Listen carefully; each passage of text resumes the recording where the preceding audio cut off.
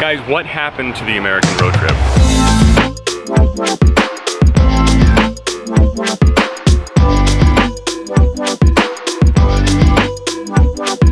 We used to have mom and pop shops, five and dimes, themed roadside motels and gift shops.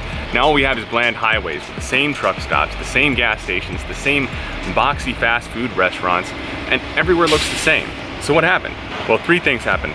Dwight Eisenhower, tall American trees, and Panera Bread.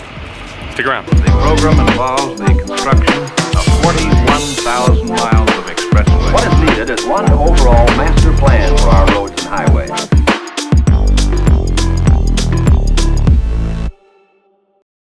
All right, we are about to take this thing behind me, across some 3,000 plus miles or 5,000 kilometers across the United States from here in Arizona all the way to my home in Florida. Yeah, I know, Florida. What happened to the road trips that we used to enjoy a long time ago? Now it all just seems the same. Bunch of boxy fast food restaurants and fill 'em up stations and not much more. Road trips are boring, but maybe we should appreciate the fact that they're at least a little bit boring. Because for a long time, we didn't have highways at all. The highway system that now spans the continental United States from one coast to another is a relatively recent development, something that only truly came about in the past 50 to 60 years. But for the vast majority of human history, 200,000 years of it, the idea of crossing a continent was unthinkable, something only undertaken under the gravest of circumstances and usually took years, if not decades. So now, we're at the point where we can cross this continent in just a few days.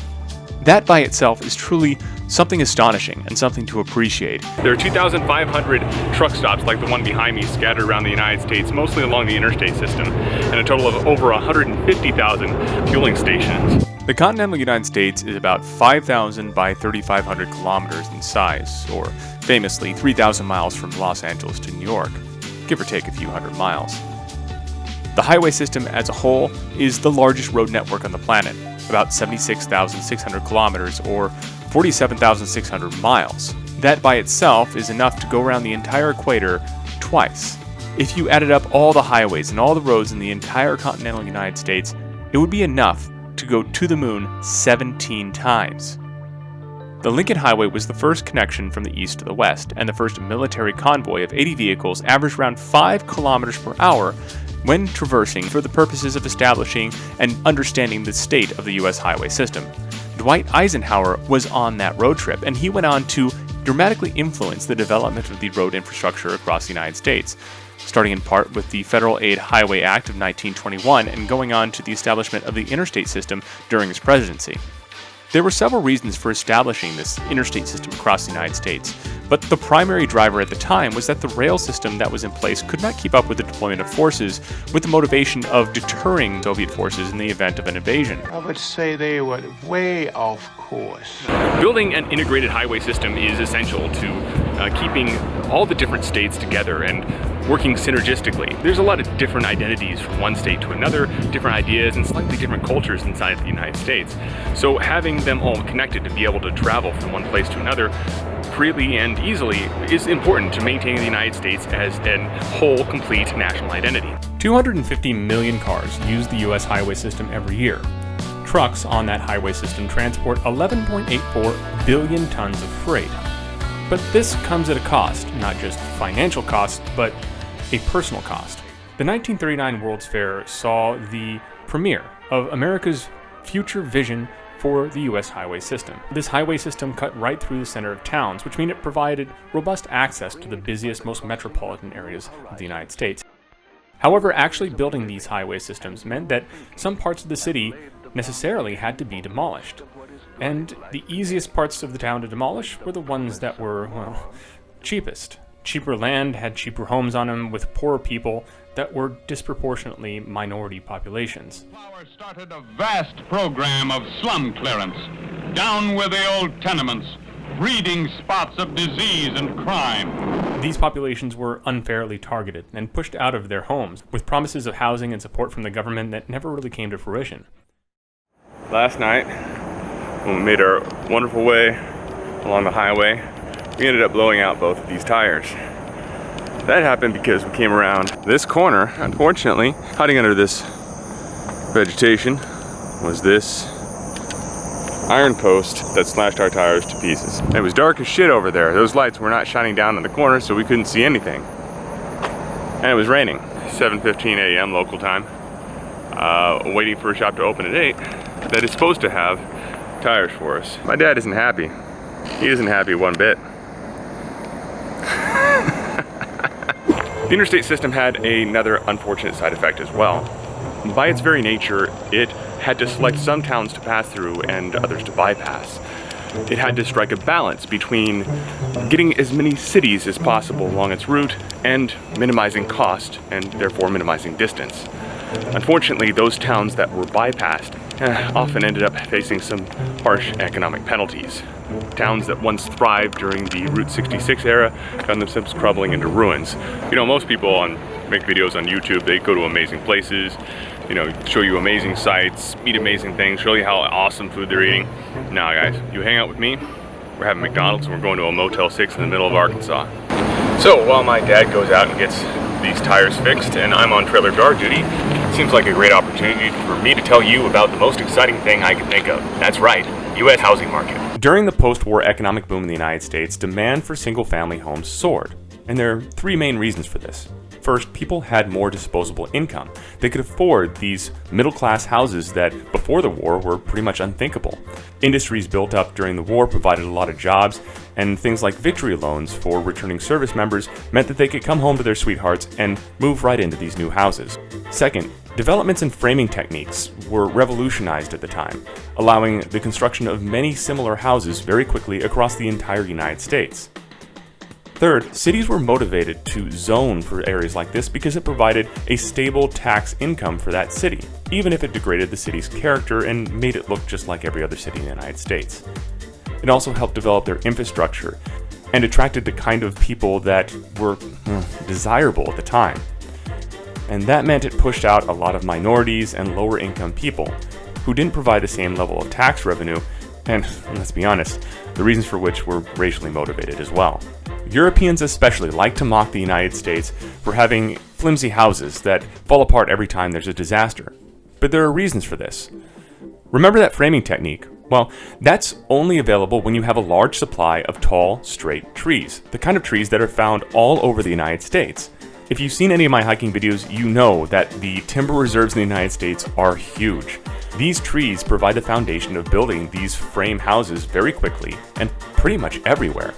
Another thing to consider is that most Americans only expect their houses to last 30 years. It's cheaper to just tear a house down and build another wood frame house than it is to repair one and make it last longer. Americans also don't live in their houses for very long. It's rare to have a house passed down from one generation to the next. The large size of the United States and its connected economy means that people can move from California to New York for a job, so it's not important that they have one house in one location that lasts for generations. But maybe they should consider building houses that last a little bit longer.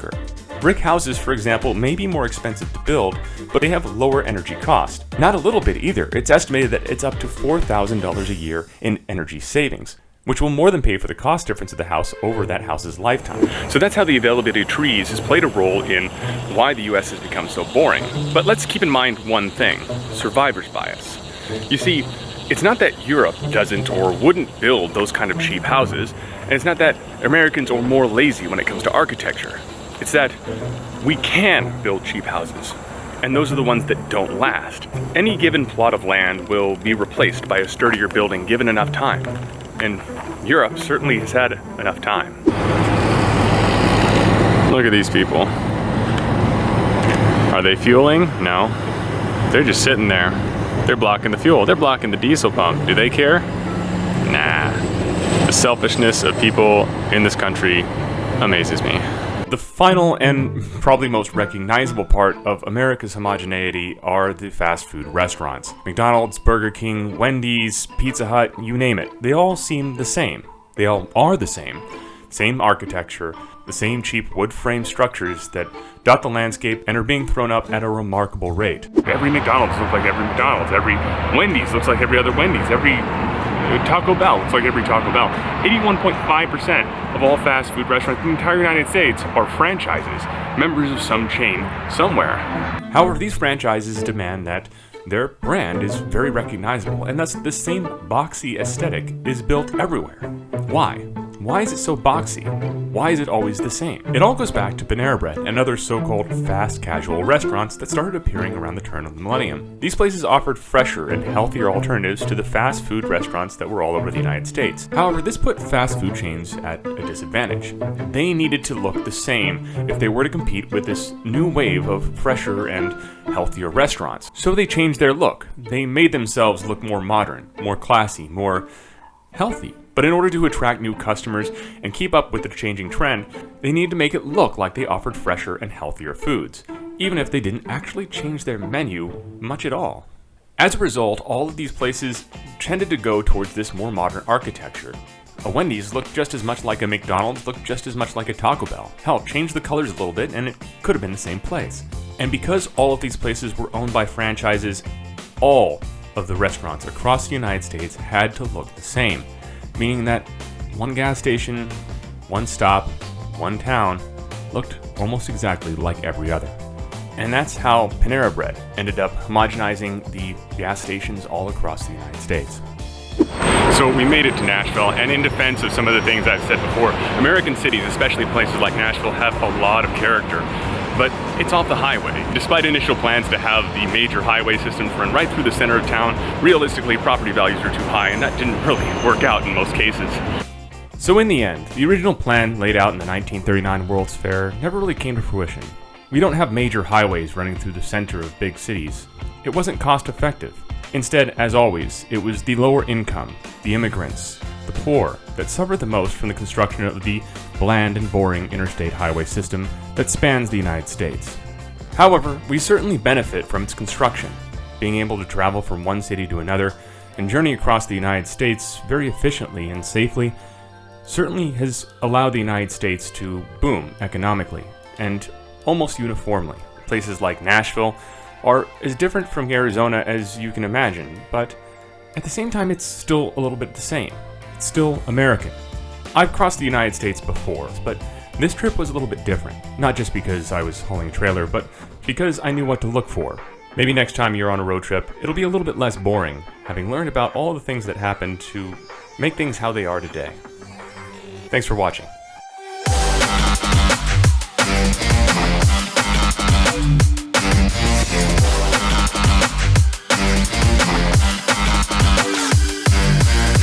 I've been walking around Nashville. I have BZ, right? Yes, Here. Hi guys! Hello.